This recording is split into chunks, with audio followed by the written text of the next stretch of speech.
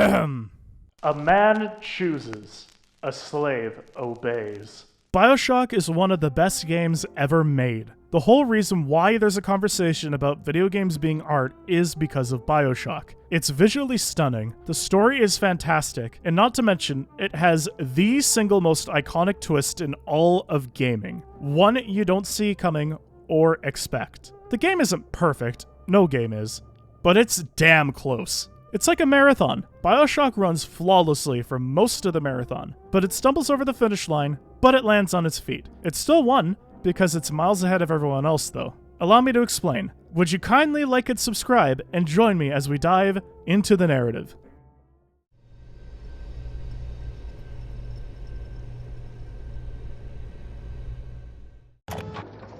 Rapture loves to present itself as a utopia. This shining city under the ocean is an escape from those who would censor you, from those who would steal the sweat from your brow. It presents itself as free from government control, religious morality, or imposed limits. But once you dig a bit deeper, beyond the surface, the cracks begin to show. Andrew Ryan, Ayn Rand. I see what you did there, Ken Levine. Very clever. The founder of Rapture believed in the great chain. The idea that if every man pursued his own ambition, the collective result would equal a perfect society. It's pure objectivism.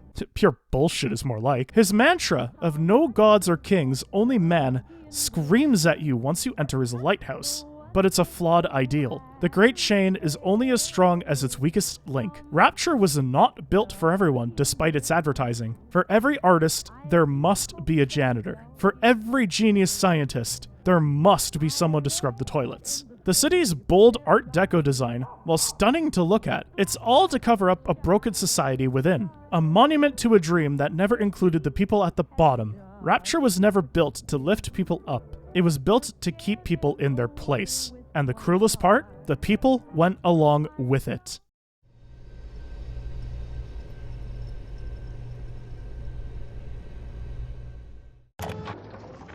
If Rapture promised anything, it was choice. Freedom from gods and kings and governments, from moral restrictions and limits.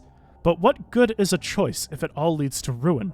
Rapture sold people the idea that they could be free and choose to do whatever they wished. Ryan's mantra echoes with that promise. Again, no gods or kings, only man. But freedom without limits is easy to sell because you don't have to tell people the cost. Even the marketing for something like plasmids display your illusion of choice and illusion of freedom. Freedom from weakness, free to choose to better yourself. But it becomes an addiction, not liberation. Frank Fontaine sets up charities. Fontaine's Home for the Poor, he called it. But it was all manipulation. So he could have an army to take down Ryan. But Ryan wasn't any better. Freedom from regulation, he touted. But it was all exploitation. It becomes the illusion of choice because every single ad is tailored to steer you in a specific direction. People's choices were pre-constructed. As stated in part 1, for every artist, there must be a janitor. The Great Chain is a chain for a reason. It bound people in their places. The working class didn't get the freedom that Ryan and Rapture promised. They got the illusion of freedom, until they rebelled.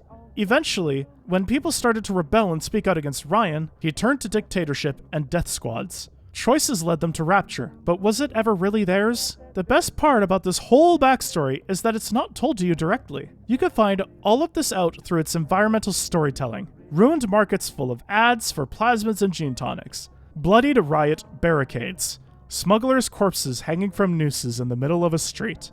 By the time you arrive in Rapture, the question isn't, how did it fall? It's how could it not fall? The people thought they chose this, but their freedom was a lie. The only thing left to choose is what will you do next? Or is it?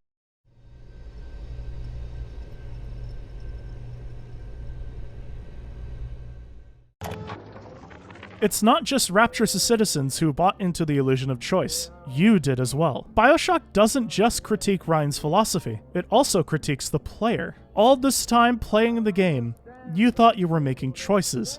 The game makes you want to help the funny Irishman get to his family, then later kill Ryan in revenge. But you never had that choice. You couldn't take the bathysphere and leave. You were ordered to go along with Atlas, and for most of the game, you never realized. Would You Kindly is the single best twist in all of video games, because it blindsides you. I know when I first played it, I thought Atlas was just being nice. Saying would you kindly just sounds like another way to say please after all. But the game trains you to obey without question, just like the citizens of Rapture obeyed Ryan and Fontaine.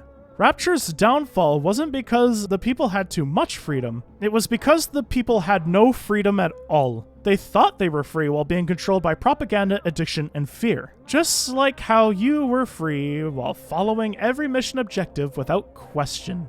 Bioshock doesn't just tell a story about control, it makes you feel controlled. It turns a mirror on video games themselves. How often do you really have a true choice in video games? Are you choosing to go along with things? Or are you pressing A because a narrator or the screen tells you to? Bioshock answers this question masterfully. The game tricks you into thinking you're making the choice to go along with Atlas, but you're really just following orders. Would you kindly find a crowbar or something? Would you kindly head up to Ryan's office and kill the son of a bitch? It's all manipulation. Except there is one true choice you get to make, and that is the fate of the little sisters. Atlas never commands you to do anything. He suggests you harvest the little sisters to get as much Adam as you can, but he never says, would you kindly harvest the little sister and get yourself some Adam? The decision is yours alone. It's the one time Bioshock lets go of the reins and asks, who are you really? It's not just any old choice either. It's a moral one. One with consequences that define the ending you get. It's the game's way of saying, you don't get to blame Atlas/Fontaine for this one. You either get the Hallmark Christmas movie ending or the nuclear war ending. Take your pick. For all of Ryan's talk about a man chooses, for all of Atlas's control over you, this is the moment when the games test whether you can choose. So, player, did you choose right?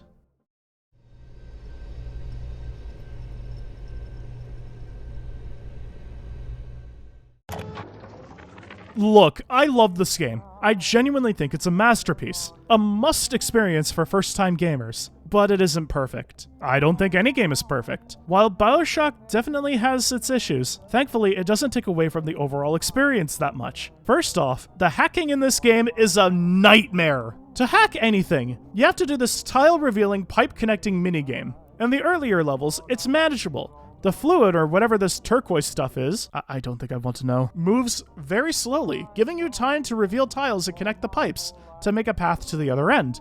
But in the later levels, if you don't find the proper tiles nearly immediately, you just fail. Invest in auto-hack tools because holy heck, this is a disaster. The final two levels of this game have two of my biggest pet peeves in all of gaming, unfortunately. Escort missions and a boss fight that summons minions.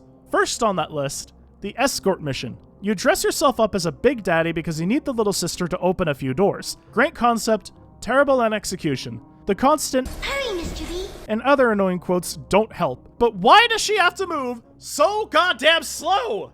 I've seen these little sisters run faster in-game. Guarding her while she gathers Adam is fine, since at least that gives me something to shoot at. But doing it 3 times is too much. Do it once, then have some splicers jump out at me during the escort walk. That's how I'd be happier with this section personally. Then, the Fontaine boss fight. Visually, I get it. He's supposed to look like the Atlas statue. The one that's like holding the world on its shoulders. Cool parallel, genuinely. But the boss fight itself is horrendous. All he does is chuck fireballs at you in phase 1, then he chucks fireballs again, but also summons drones in phase 2, and then he chucks fireballs at you again, and summons both drones and splicers in phase 3! Can you come up with something more interesting? Off the top of my head, maybe he has a stealth phase. Give him a plasmid that cloaks him and he strikes from around cover. That way, we would have to try to find him before shooting him. Even something as small as him getting an armor bar that regenerates over time if you don't shoot at him. That would be way better than summoning minions. Genuinely a huge pet peeve of mine is when bosses summon minions to either fight for him or help him in the fight. In that case, I just see bosses as weak. Seriously, Fontaine, you have all of the Adam in Rapture at this point. Well, nearly all of it anyways. If you can't deal with me yourself, then you're weaker than you were as a crime boss in hiding.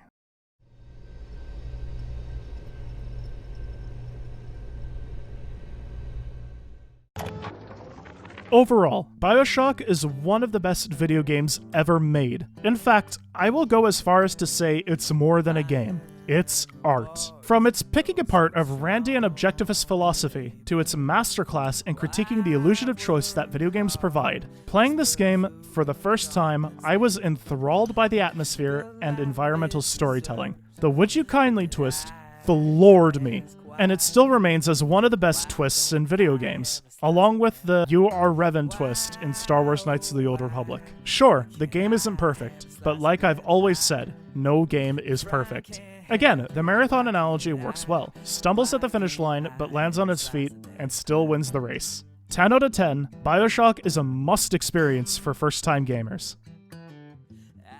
Thank you for watching. Frankly, I'm surprised I got this video done. I have a bunch of family over. Let me know what you want to see next. I'm going to probably be working on the Q&A video now. I think I got enough questions where I can justify a 5, maybe 6 minute long video for it. I'm also going to be taking a short break, maybe like 2 or 3 months from making videos, because not only am I running this channel, but I'm also writing a full-length fantasy novel. You can pause the video here if you want to read what screenshots I put on here. I don't know until I actually edit the video. But anyways, let me know what you want me to cover next, and I will see you the next time we dive into the narrative.